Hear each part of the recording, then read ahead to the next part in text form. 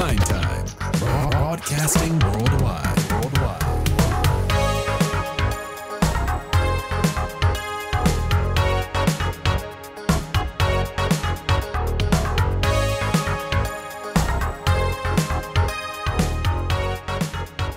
Hello, party people. It's your boy Dre. And you know what that music means. It's time to watch a movie, Steve. Or I guess we already watched it. Yeah, we're flipping it on you people this time. Flipping it on them hoes. Or wait, we can't call our audience hoes, can we? Yeah, especially since this is rated PG. This movie is rated PG, Willow. We'll get to that in a second. Willow, more like won'to. Wait, what? Wow. How long you been saving that one? Couple hours.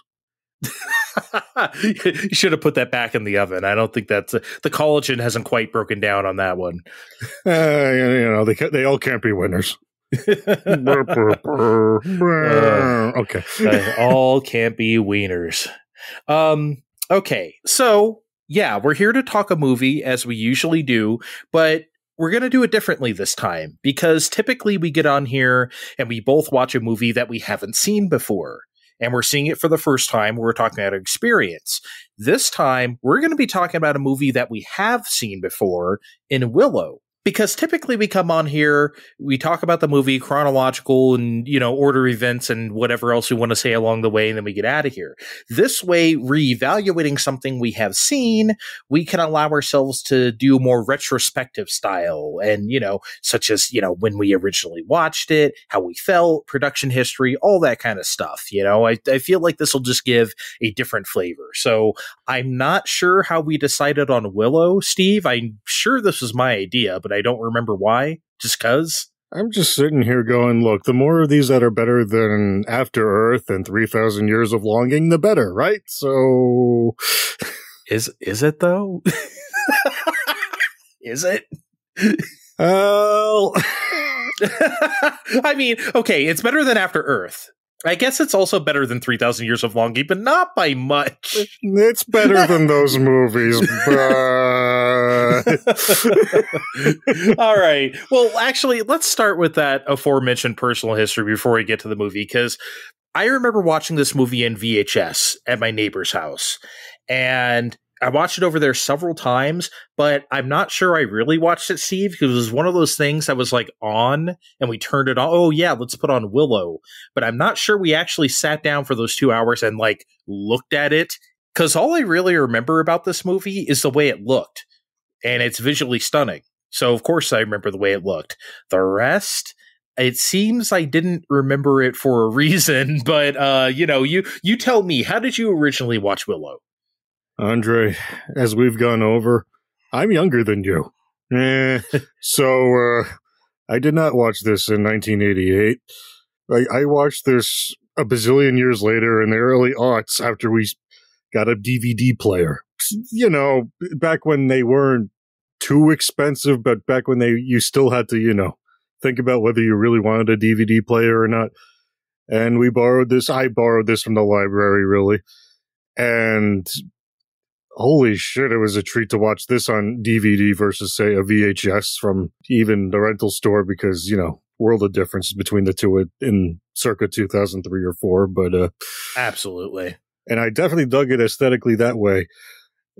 I haven't watched it since. So other than how it looked, I really don't remember too much else until we got back to this point. So doing this project was a treat, even if the movie wasn't super great, as we keep insinuating in this opening here.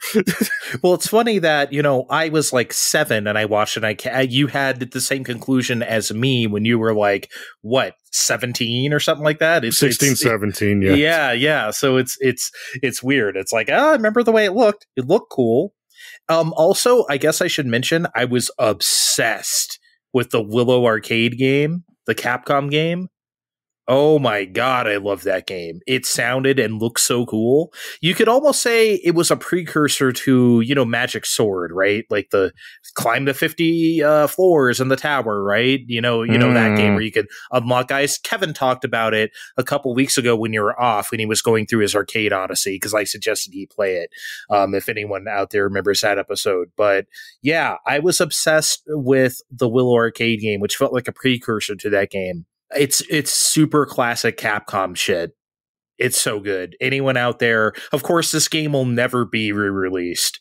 So anyone out there, definitely fire up your MAME. You say that now, but D23 is going to come, and then there's going to be an announcement out of nowhere that says the Willow 2 double pack is coming to all modern consoles. Yeah, arcade and NES. I think that I played the NES game too. That was more of a like Zelda type of game, more RPG-ish. However, in my kid brain, I mix that game up and the Robin Hood Prince of Thieves game. I mix them up in my mind sometimes.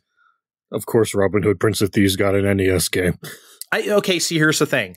I don't actually remember if it was a Prince of Thieves game or if it was just a Robin Hood game. But it came out in the early 90s, I think. So it could have just been unrelated. See, I haven't played either one of these, even in my buying big boxes of games online. People hung on to Willow, or people just didn't have it in the first place. Would I have gotten more out of this show if I played Willow right before we recorded? I don't know. Probably not. You just be like, wow, what a kick-ass. That's a classic Capcom thing. All right, let's get down to some movie details real quick before we get to talking about the movie proper. So, Willow was directed by Ron Howard. The story was by George Lucas, and the screenplay by Bob Dolman. George Lucas conceived the idea in 1972. God damn it. And then he brought the idea to Ron Howard while he was doing post-production for Cocoon. That's another fucking movie we should actually... that would be really fun to rewatch. In 1985, Cocoon. But Bob Dolman's screenplay was reviewed at every draft stage by George Lucas, and George Lucas was also the executive producer. Gee, can you tell? Because this is kind of like a George Lucas ass movie, if you ask me. You mean the George Lucas that runs the LucasArts? That George Lucas? Yes, that George Lucas. Okay. It all checks out to me, buddy. What? You don't think this movie was like George Lucas as hell? Yes, I know he runs LucasArts. I'm just saying that, like... No, it is. For better or worse, this had his fingerprints all over it. And thusly, Willow was released to theaters on May 20th, 1988. Hey, that's my birthday. They didn't take you and get you your... Willow lunchbox and your Willow socks and No, on my 6th birthday, no, I was not taken to like the Willow extravaganza. But though, judging by the box office take, we may have been the only ones in the theater if they did do that. Yeah, in the end, Willow made $137 million off of a $35 million budget. On the surface, that sounds like a big win, but Wikipedia says, while not the blockbuster some expected, it turned a profit based on international box office returns and strong home video and television returns. Really, the internet's favorite movie was watched on VHS? How I couldn't tell. Yeah, right. It was on cable a few times. I did see Willow on like USA or whatever would show movies a lot. TNT. Even the wiki for the Willow arcade game says, despite the film not doing well at the box office. The film generated several video games and tie-in merchandise. So is 137 million not based off of box office alone? I did a little research, and the answer to this question is yes. It appears that domestically, US and Canada, don't add us, Willow made $53 million. That's not a good return on a $35 million budget. So, yeah, reputation as flop is warranted. Yeah, it's weird because, like, obviously I don't remember the, takes on this movie at the time, not just box office takes, but just like, it's not like I was watching Ebert and Roper not Ebert and Roper. Siskel and Ebert. Siskel and Ebert every Saturday or Sunday whenever they aired it in syndication here. Sometimes I would, right? I used to think those are the most sophisticated motherfuckers. I always, you know what? Did Ebert have a hidden glass of wine behind that couch? He must have. I'm telling you. I won't stop you from spreading that around. I mean, come on. That's not I'll back you up. That's not a bad rumor to have. I guess people at the time really didn't know what to think about Willow either, because I guess we were not really keeping track of that stuff too well back then. I had a hard time finding reviews of the time because, you know, this is the internet and everyone's got an opinion. So I'm going to write about a review about Willow right now. Willow's great. 5 out of 5. 2002. Maybe that should have been like the narrative thrust of this episode, how people say this movie's good now, though it's not. Maybe we should have been harping on that. We're not really going to that much, but I guess this is it right now. Like, what the hell is wrong with you people? And I found 2 reviews at the time, and the first one has a fairly brief blurb. For easy to please 5-year-olds of all ages, Jonathan Rosenbaum of the Chicago Reader writes. Ouch! Ouch! Okay, this is funny on multiple levels. It's just funny to say for easy to please 5-year-olds. That's funny. But then he says of all ages, which is to imply if you are mentally a 5-year-old, you will like Willow. Which is that is one of the more scathing things I've read about any movie. Also, this movie would scare the hell out of a 5-year-old, but, you know, whatever. It would, and I never heard of Mr. Rosenbaum until I was looking for reviews. But we've both heard of Roger Ebert. You just brought him up a few minutes ago. I did. And he's a critic who I would say is fairly well known for throwing movies a bone if he had a good time. Andre, he did not have a good time watching Willow. He writes, Willow is a fearsomely ambitious movie, but it is not fearsome, and it is not wondrous. And it is about a journey too far down a road too well traveled by other movies. He continues, alas, even the largest budgets and most meticulous special effects are only dead weight unless they have a story to make them move. And at the story level, Willow is turgid and relentlessly predictable. Not much happens, and when it does, its pace is slowed by special effects set pieces that run on too long and seem recycled out of earlier movies. Jeez. He keeps going. All of the special effects are competent, but they don't breathe with the fire of life because they are not motivated by a strong story we really care about. The characters in Willow are shallow and unexciting, and the story is applied through recycled legend. Yikes. Ow. Roger Ebert, just give me a good time at the movies, did not like your movie. He ain't wrong. I can't really disagree with anything he said. Maybe the only thing I would disagree with is, like, I don't think the special effects parts, whatever that means, go on too long. Is he talking about, like, the brownies yip-yapping? By the way, they were really annoying.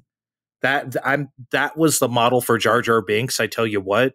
Because, Jesus Christ, could they shut up? I don't know. If we wanted to save people a fan bag letter for later, if I had to listen to the brownies from Willow all day versus Jar Jar, I'll take the brownies. I think I would take Jar Jar. That's my toxic trait. I am not that annoyed by Jar Jar Binks. I'm not saying he's not annoying. I just don't think he's like the most annoying thing to happen to the face of cinema. Like, I was much more annoyed by those two bumbling boobs. Just saying that. I mean, I get it. You're small and you're annoying. Stop cutting to them 15 times a fucking scene. Okay, already. But it's more fun. which is why I guess the more we get into it, I'm not an expert, but I do like to speculate on this sort of thing, especially from around this time. I figured with at least LucasArts' pull, there would have at least been an ill-advised 10-episode cartoon. You know, Willow and his magical friends! With a cheesy theme song and whatever. Come on. This was the time for your cartoon tie-in. Everything got one. Willow did not.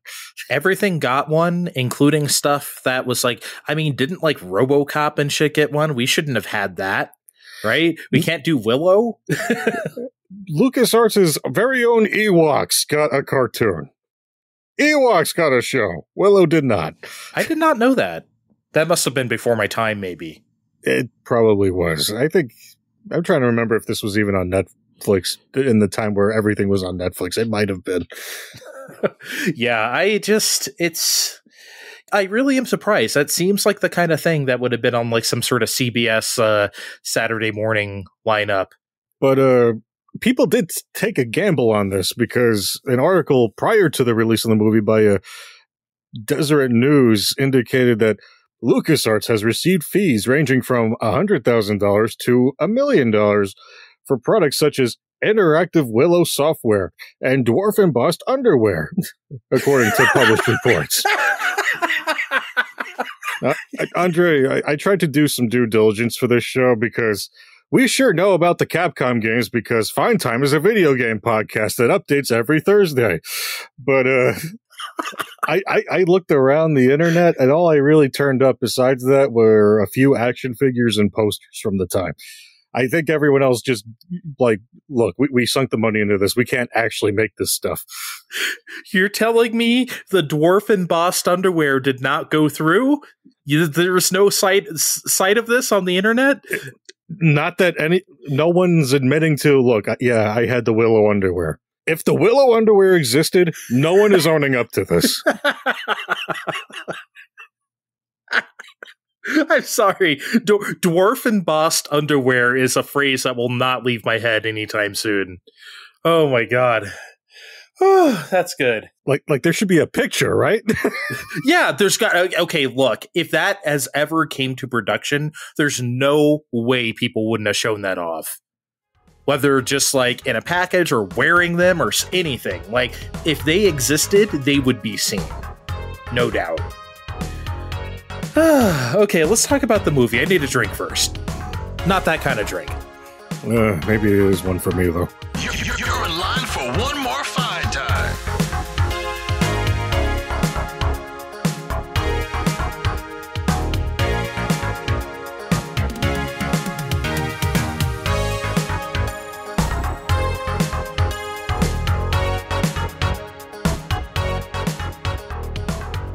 Okay, do you want to just start here of like, is this movie still good or still bad, or however we felt about it back then, how we have changed from back then? I think that's the best like global talking point to start from. Let's start with you. How did you feel then? We already got that. How do you feel now?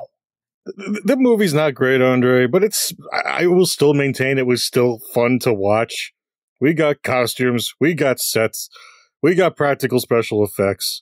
Yeah, I know lots of movies were doing that at the time, and I drive you crazy every time I don't suckle upon the ping pong ball teat of CGI. But this is still a movie-ass movie over here. Them dungeons are dank. Someone's riding a horse. We're using forced perspective for the brownies. That fire over there is literally lit. Who the fuck do you think I am?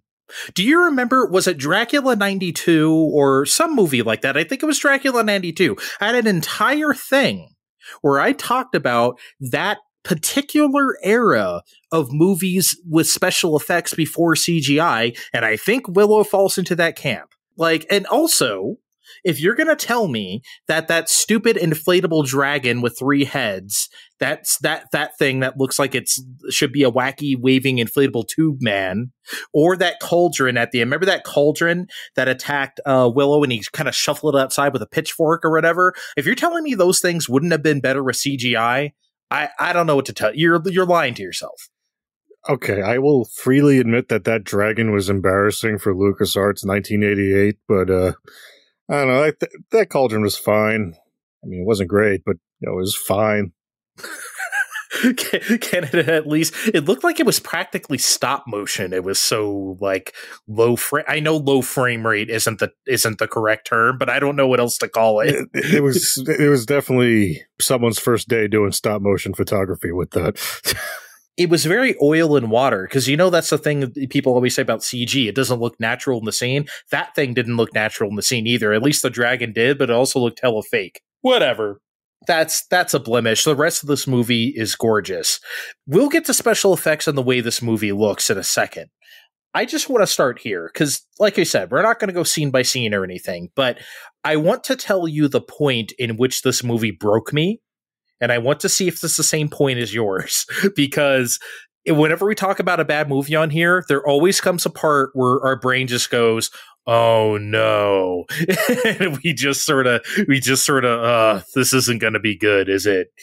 So in Willow, that point was about 40 minutes in, where after all this wild setup, child of prophecy, the baby bears the mark, the baby is sent away down the river, her caretaker gets eaten by the pig dog rat things. Those were fucking crazy, by the way, the pig dog rat things. I love those. So good. I was not scared of those as a kid. There was other things that I thought were kind of scary, but that was not one of them.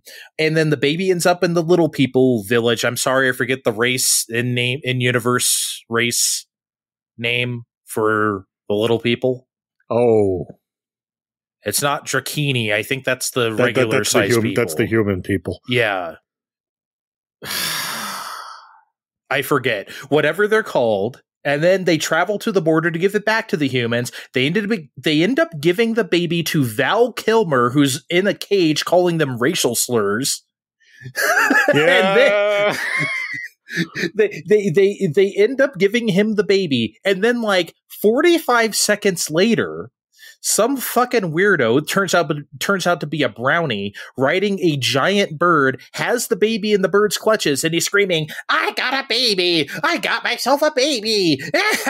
And I was like, what the fuck? That's when my brain went, oh no, this is going to be the whole movie. Forget it. Yeah, like I said before, Lord of the Rings was in full swing at the time. I saw this, so I really didn't notice at the time. But running into Val Kilmer and all the rigmarole between that and getting him back in the movie was a lot of fucking time that kind of just hangs there.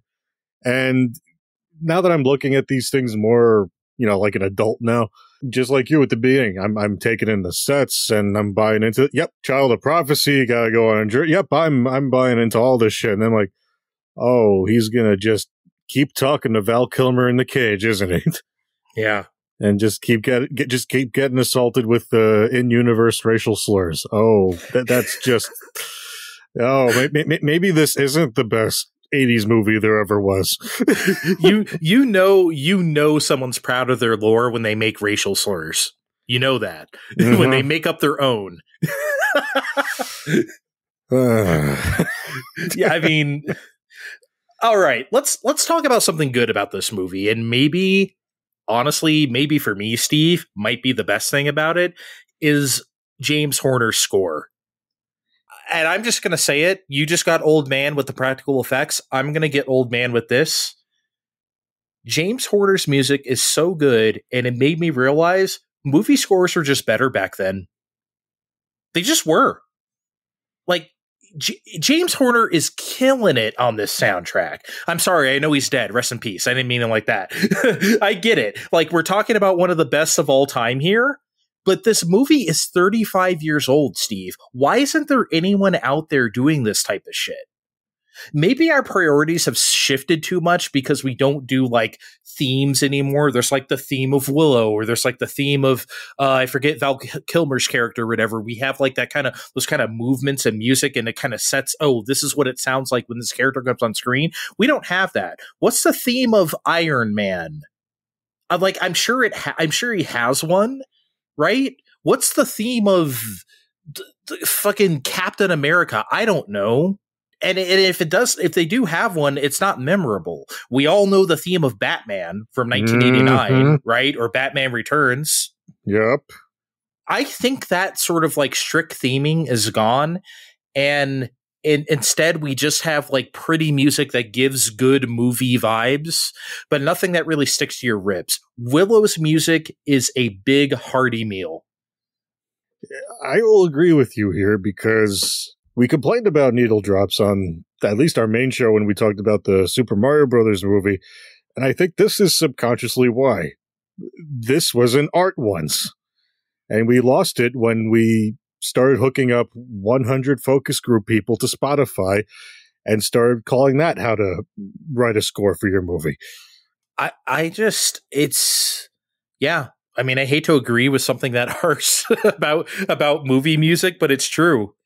And you know me, I don't really like symphonic music, orchestral music. That's not me. I love synthesizers and drum machines and all that shit, right? That's like more my thing. And shit, I wish more movies sounded like that, but that's another conversation.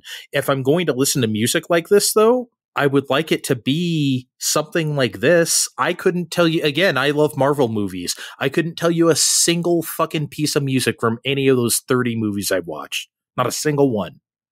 I don't know, something about this sort of medieval setting calls for a sweeping orchestra, I think. Of course, I'm not saying Willow should sound like, you know, the music of 1988, the pop music of 1988, rather. Yeah, if you came on here and then told me the music was great with that, I'm like, Andre, what the hell are you talking about? I mean, I would have said that. I would have also said it was inappropriate, but I would have also said it was great. I would have said both.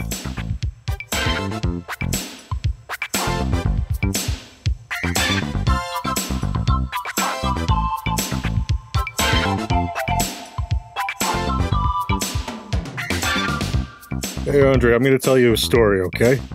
Okay. Sit back. Because once upon a time, before George Lucas got into a computer and learned what that was, LucasArts had costume design for days. And that showed up as fucking Willow. Sure did. I mean, the titular Willow's got this lovingly stitched tunic that sure looked like the wife character made it for him. The brownies that you hate, you know, they're all in these tattered brown rags. That's clearly like denoting some kind of rougher lifestyle. The hair, too. All that hair. And you got all these knights all over the place, including the Empress's daughter, who has a heck of a costume of her own. But even these, I guess you'd call them books or cronies or whatever, a lot of them have their own battle mask helmets. If they have a real name, I don't know it. I tried looking this up. I couldn't find it. So you could tell them apart in a scene who's yelling at who. It feels stupid to say this, but it almost feels like costuming choices like this subtly impart what the viewer needs to know so that you can do other things with your production. Yeah, it does give context. However, like, it's like Ebert said, I think I wanted just a little bit more contextual information, though.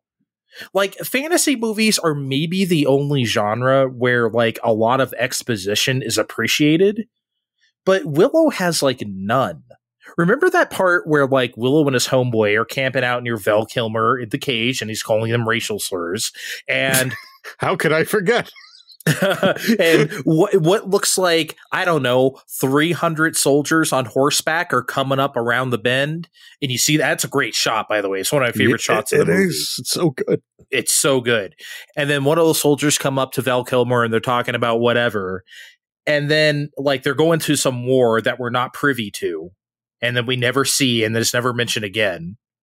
And it's like, can we know what's going on in this world, please? Just like a little bit.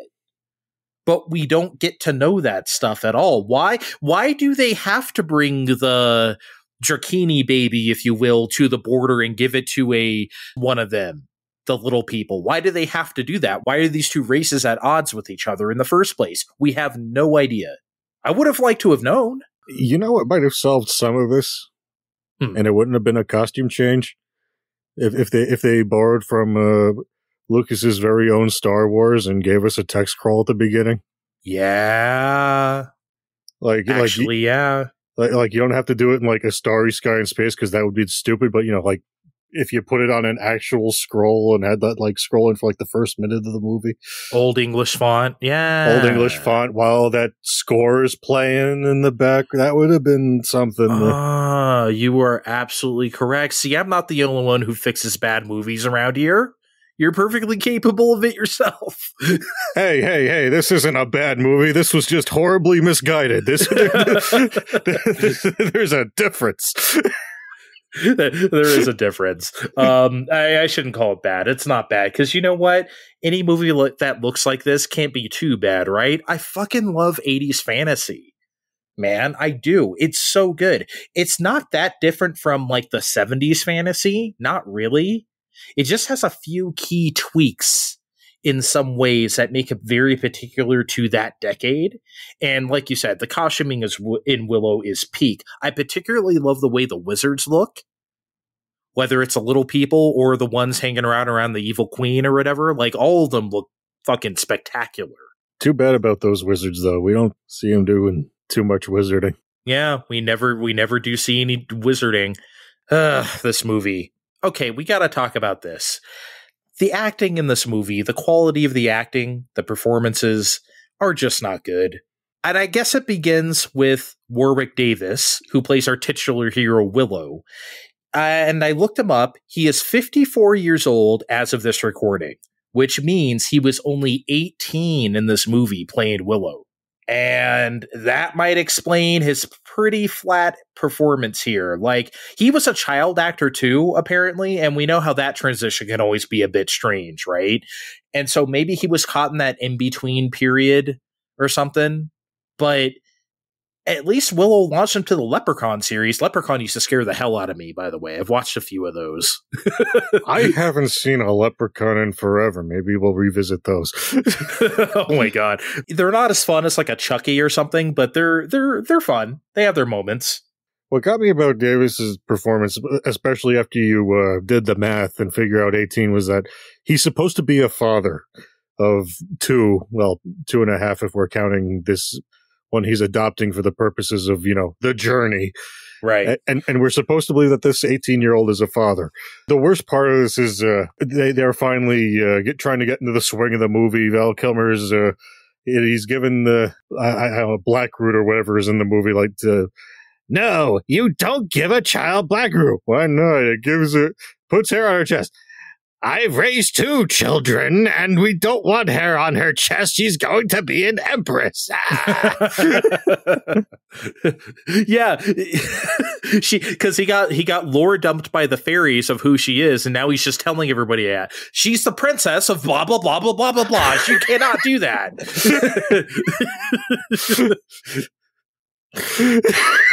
That was the only lore dump in the movies, huh? The fairies, right? The very glowy, probably naked fairies. Yeah, but too glowy to see anything. Steve, what the fuck is Val Kilmer doing in this movie? He's so bad. It's terrible. I understand what he's going for. I really do. Like that sort of wisecracking smartass, but this needed like a Johnny Depp or something. This was not for Val Kilmer. My best guess is that Kilmer lost a bet with Ron Howard. He got knocked out, dressed up in the rags, and put in the cage we saw him in. That was the first time he was ever doing any of that stuff. He never saw the script or anything until the morning of shooting when he was already in the cage. It's the only explanation that makes sense because he really does seem like he needs that water half the time over the course of the scene. Man, he's terrible. I mean, were you buying when he stuffed the watermelons in his fake chest because he was trying to hide that he was cuckolding an innkeeper? Well, that shit. Okay, you know what? Let's get right there, okay? Because that scene was insane.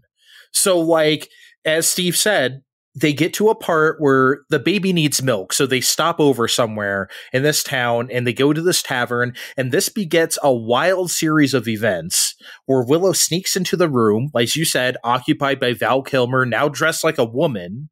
We did not see this happen. I mean, I'm not saying we need to see everything, but I mean, holy shit.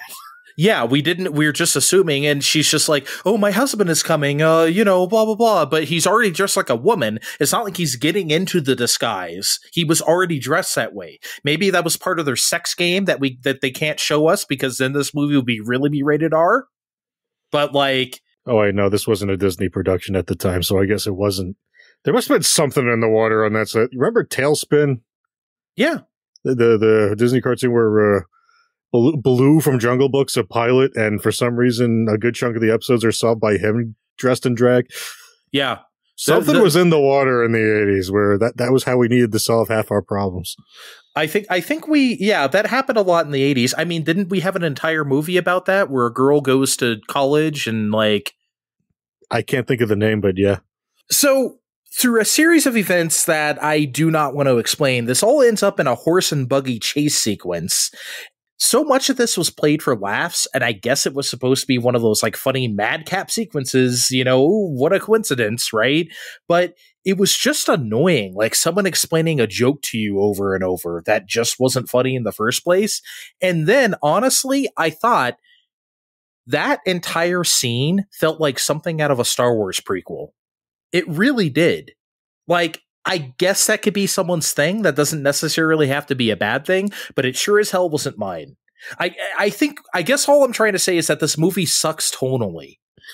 Man, I don't know about that. I just, like I said before, that whole tavern bit, or even before, a little bit before them, just felt like we were there for a very long time in comparison to other parts of the movie.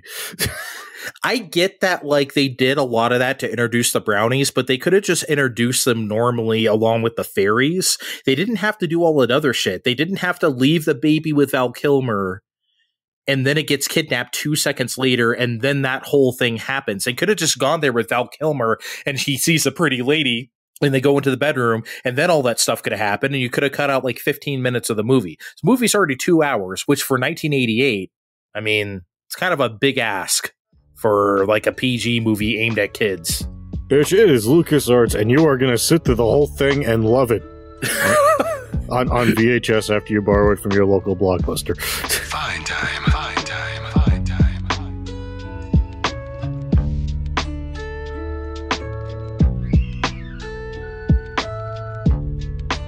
So I feel like this movie in general has a lot of wasted potential, as is probably obvious by, you know, hearing us talk about this already. But one of the things that really bothered me, Steve, is that we keep getting told that Willow wants to be a sorcerer. He's practicing magic. He wants to be the wizard's apprentice, blah, blah, blah.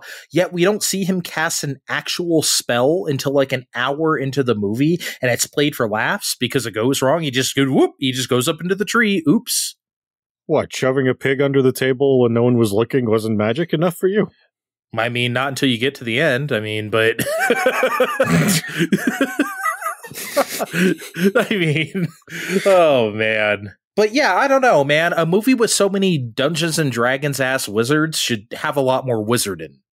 But Andre, the magic was supposed to be within Willow the whole time. And not not on the screen where we could see it during a movie, which is what we're supposed to be seeing.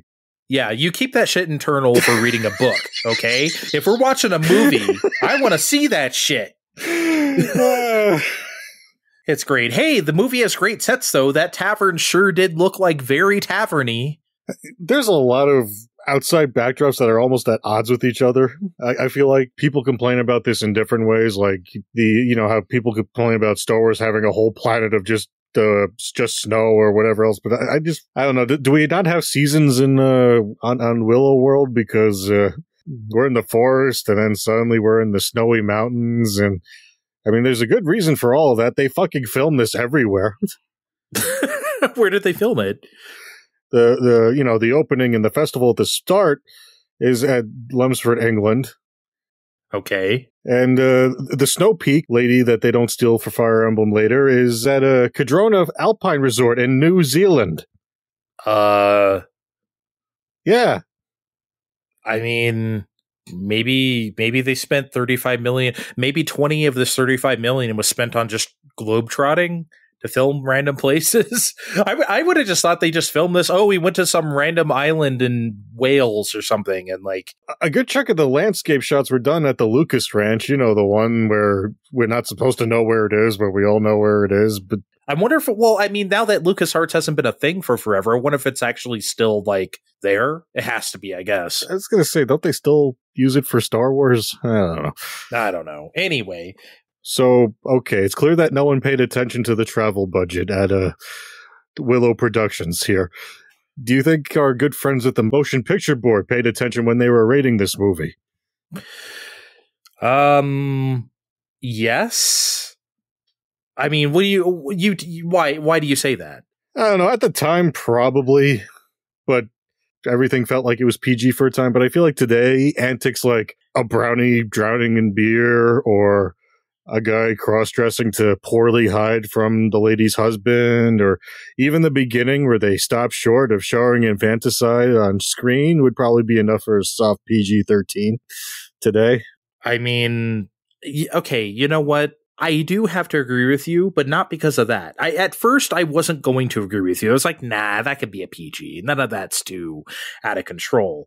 However, the second half of this movie has a large amount of impalings and a few throat slits and like a couple of them with blood.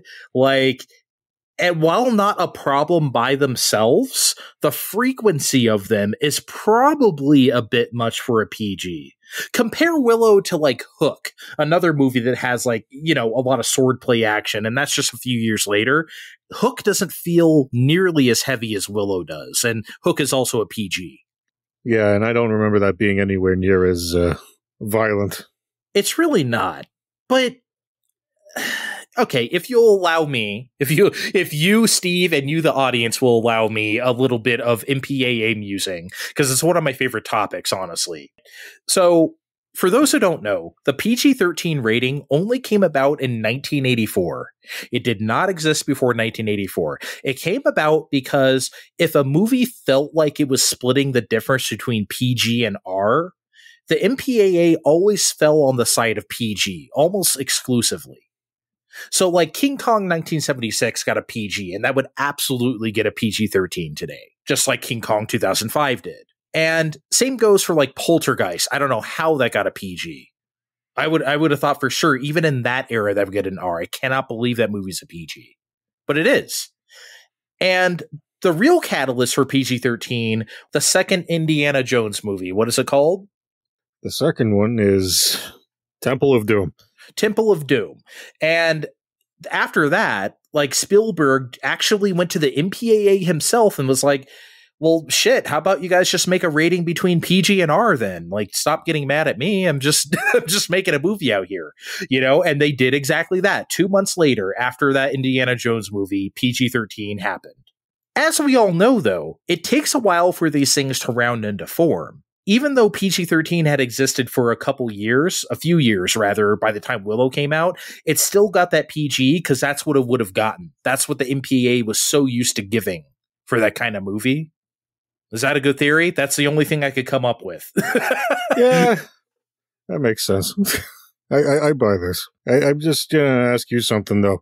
Common playground theory was that you were allowed to say fuck once and still have your movie be rated PG. Do you buy into this? That was not necessarily true. I know that's like kind of a thing in PG-13, but that's not totally true. Because in PG-13, you can say fuck, but it has to be like an exclamation. It has to be like, I can't fucking believe it, or something like that, or get the fuck away from me. You can never say fuck sexually. You can't say, oh man, I want to fuck you tonight in PG-13. You will always get an R. But I don't know, man. Beetlejuice said fuck, and that movie is rated PG, and that's also from 1988. They let Beetlejuice say fuck. So I don't know sometimes. And how many times did they let him say it, though? Just once. Yeah, I guess that's okay. I guess that's okay, but I don't think there's like a hard and fast rule of like, I don't know. But can you think of another PG movie that says fuck? Not off the top of my head, no. Yeah, so like it's, okay, you know what? Fuck it. We've already gone down the ratings rabbit hole. Let's talk about this too. I have another theory why Willow feels a certain way today, okay? It's because we lost the G rating. I really think that's it. Everything is rated PG nowadays. Every Pixar movie? When's the last time Pixar got a G? Toy Story 3? Man, I don't even know if 4 got it. Yeah, and it's like, those movies aren't any different than they were back then. Why is Inside Out a PG? I have no idea. Because it's about a girl's special time in her life when she might not feel so fresh down there. Yeah, but like they don't actually like say that. I mean, okay, yeah, that's what Turning Red is about as well, from what I understand. I haven't seen it. It is. Okay, but like, is that really?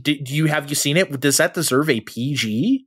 Have you seen political people we call red with them? Oh, we don't. They're not people. We don't talk about them. Those aren't people. I think Pixar got screwed when.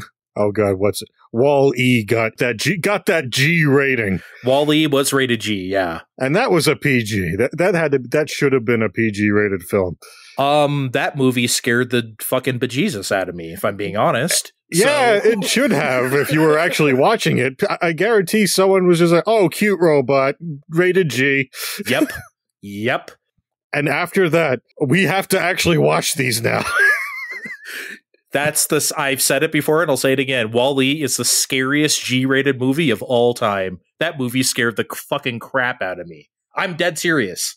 I'm absolutely serious. I came at that movie shell-shocked.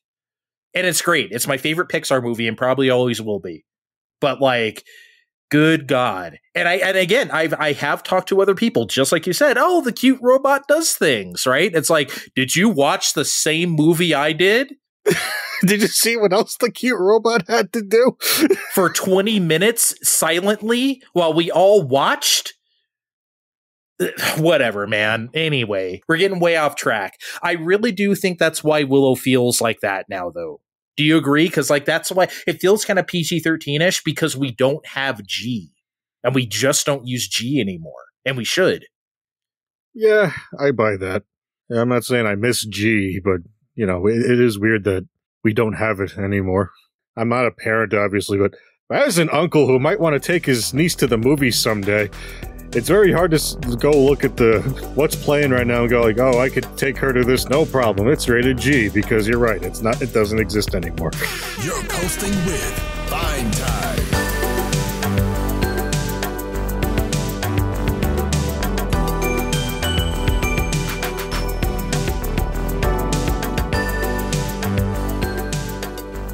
Let's talk about the special effects in Willow briefly, because I definitely think we should.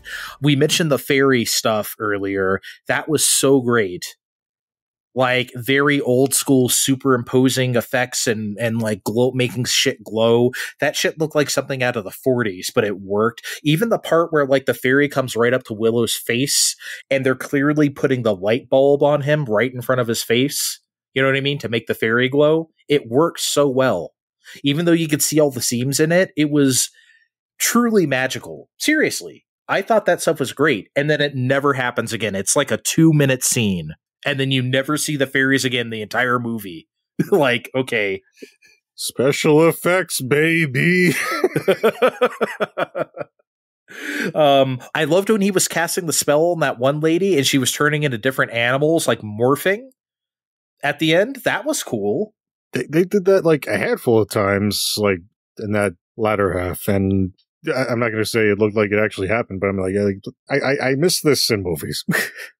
Yeah, I mean, it's a simple effect, but it was very cool. The special effects in this movie are just generally great. I'm going to ask you a very tough question, Andre. Okay. This movie is a little older now. Okay. And we haven't seen it until recently, so should Whoopi Goldberg have come on to give a disclaimer about how what was in Willow isn't okay anymore, but here it is anyway? I don't think so. And I actually did look this up because I was curious. By all accounts, it seems that the little people community do regard Willow positively.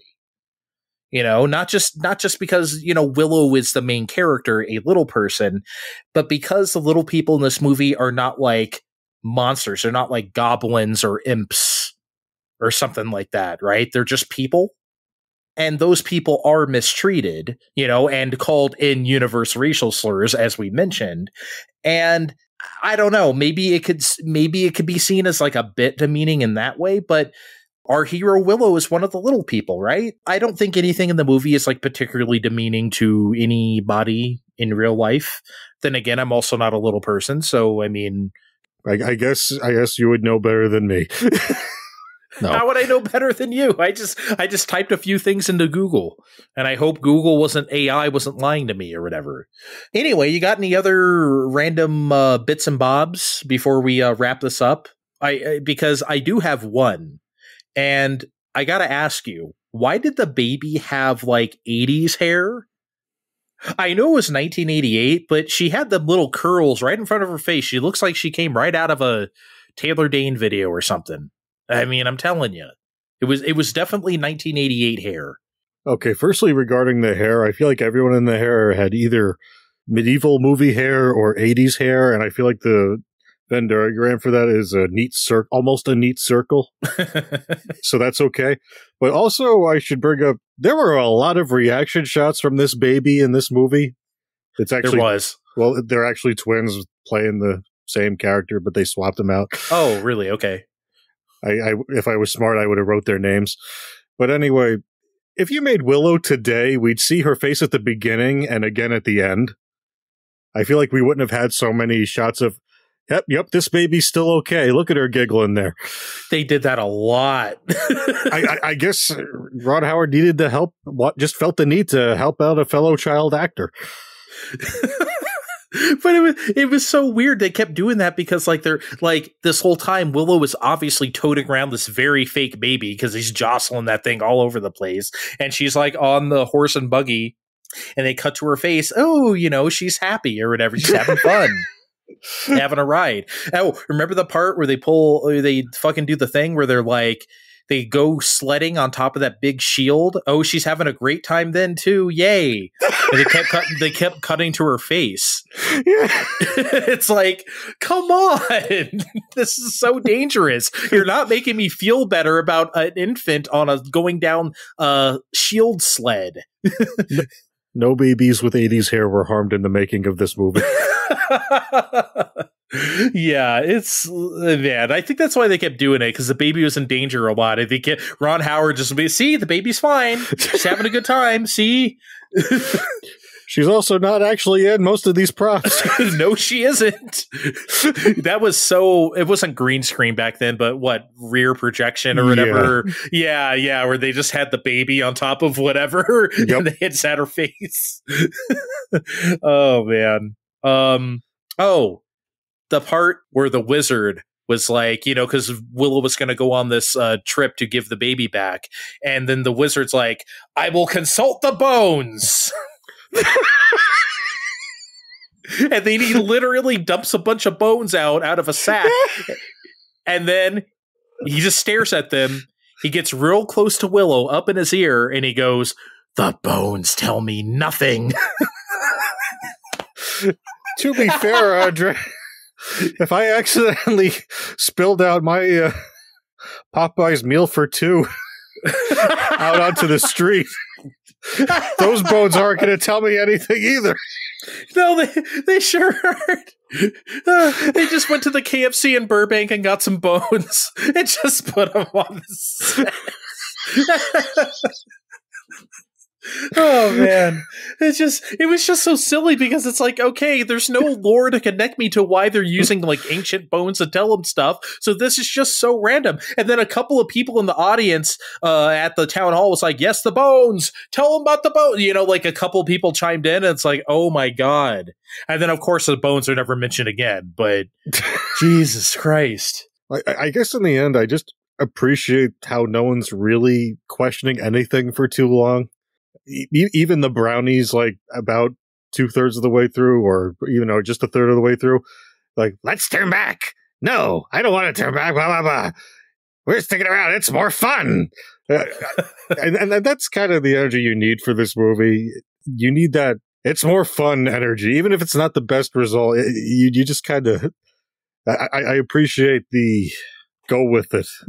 Yeah, I guess I do as well, but I think along the way they needed more exposition, less brownies and less like Willow telling us that this baby's a princess and telling everyone who will listen for 2 seconds.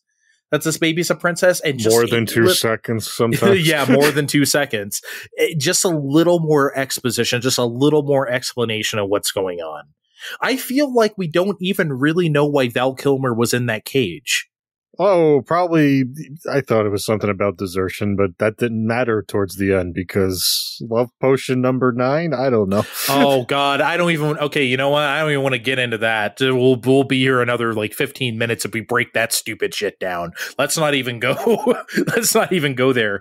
You know, one thing I did like during that battle at the castle when they get there and it's like, oh, no one's here. There was some pretty sick shit when like Willow did the thing where like he turned the troll into like a little brain with like 2 alien heads and he like kicked it into the river. That was some wild shit. That was weird. It just falls into the mode and we don't address it anymore. Well, yeah, it just has plumes of like big, like it's sizzled to death in the water or something. Like, okay, we'll never speak of that again. That was just left over from Alien on the other set, but you know, whatever. Man, 80s fantasy is fucking weird. 80s fantasy is fucking great. You know, was it just me or did your thing recommend you watch Princess Bride right after you hit the credits too? I forgot what mine recommended. You watched on Disney Plus, right? Yes. So did I. I don't remember what mine said. It definitely wasn't the TV show from 2 years ago that doesn't exist anymore. So I have no idea what it said. Have you ever seen Princess Bride? Because there might be okay, I keep trying to add more episodes for the people to tease. You know what? We could. Though I got to be real, I'm not sure I've ever seen it. I probably have. Oh, I have. Okay, we could probably do it anyway. But, you know, speaking of 80s fantasy, if you think about it, 80s fantasy movies exist in this space where the look and feel of them is well remembered, just like Willow, but none of them are actually that good, in my opinion. Like, which ones are good? Like, The Neverending Story? That's good, right? Remember Legend? Have you ever seen Legend? No. Okay, that's the one with like the famous unicorn everyone loves. I don't think that's very good, or at least I think it's the one with the unicorn. I know I may get in trouble for this, but I don't care. I don't think Labyrinth or The Dark Crystal are really that good. Boo! I don't. You're getting in trouble with me. Boo! Those movies are okay. They're better than Willow, but just like Willow, those movies get by on looks and vibes also. All right. Which, like, that's cool. I like a lot of movies just for vibes, but it seems like these movies in the 80s had, like, high ambitions and not a whole lot of meat. But with that said, hey, at least Labyrinth had David Bowie, right? And at least The Dark Crystal is like a Jim Henson masterpiece. It is. And again, at least Legend had that unicorn, or if I'm thinking of the right movie. I have not seen Legend. Yeah, and a couple other things were memorable. Willow doesn't have a single thing like that. Willow doesn't have anything except maybe the main character, Willow, that everyone remembers what he looks like, and that's about it. And he's not that memorable of a character. And because he doesn't do anything cool, he doesn't like sword fight, he doesn't like cast any crazy spells. So like, look, he's wholly occupied telling everybody about the Empress he's carrying around. That seems to be his entire MO, just carrying the baby and then casting one spell at the end. But like, man, do you agree with me though? At least those other movies, 80s fantasy movies, have like something. Willow just really doesn't have anything. No, you're right. After, like we've gone over already, after the beginning, they do set us up at the beginning, and I'm into it. But then we do hit that point, and it just kind of feels like things happen from there. Yep. It's a shame. It looks so good, but just not a single thing sticks to the ribs, unfortunately. But, Andre, what if I told you none of that really was the point? The point of Willow? What if it really didn't need to stick out? Why wouldn't it? Because, referring back to the desert article I read earlier, this project seemed to be pulling out as many stops as it could for a very specific purpose. Okay. Making everyone forget LucasArts made Howard the Duck a few years before this. Oh, man. Go on. This article also goes, remember, this is the same one where they were talking about merchandising. Okay. A dozen years ago, on a soundstage far, far away, filmmaker George Lucas called for quiet on the set. It was his last job as director. The movie was Star Wars, and the trilogy it spawned raked in a reported $4 billion. In 1986, the Lucas empire struck out with a picture called Howard the Duck. This $35 million film, billed as a comedy adventure, turned to duck soup at the box office. Now, from distributor MGM's offices in New York to Skywalker Ranch in Northern California, Lucas's minions are hard at work to complete a movie that they hope will wipe any remnant of egg on Lucas's face. We're really high on it, says MGM's Donna Dickman. No one's seen the whole thing, but what we've seen is very, very exciting. They probably just showed her the horse and buggy chase. Oh, wow, look at this fun action. And the baby loves it, too. You know what? That's correct. And obviously I was alive at this time, but I never really put those things, I was too young to really think of it that way. I never really put those things together. And yeah, Howard the Duck was so bad and such a bomb. I can't believe that also cost $35 million, the same as Willow. Look at Howard the Duck and look at Willow. Jesus Christ. World of difference. Yeah, same amount of money. And there's not enough time in between those to call inflation, right? Have you seen Howard the Duck? With great regret, yes. It's terrible. It is absolutely irredeemable. And you know what? And maybe this can be my final thought on all of this. Maybe Willow was received the way it was as a bomb, not just because of the box office take, but let's add up the names. Ron Howard, James Horner, George Lucas, Val Kilmer at that time was probably a decent enough movie star, right? A name. Sure. And maybe with all those names, maybe they did expect this big box office thing. I guess I would have. It really did seem like everything was, what could possibly go wrong? But, hindsight and... Yeah. Well, I guess Willow didn't go wrong necessarily, but it didn't go right either. Okay, you got anything else, or are we all willowed out? Oh, I think we're about willowed out. It's not like we could watch the series anymore. God forbid. Anyway, that was fun to reevaluate a movie. We will probably do this again and again and again in the future. If you want to keep up with us, check us out on Twitter at Fine Time Podcast, or check the description for more of our social media links.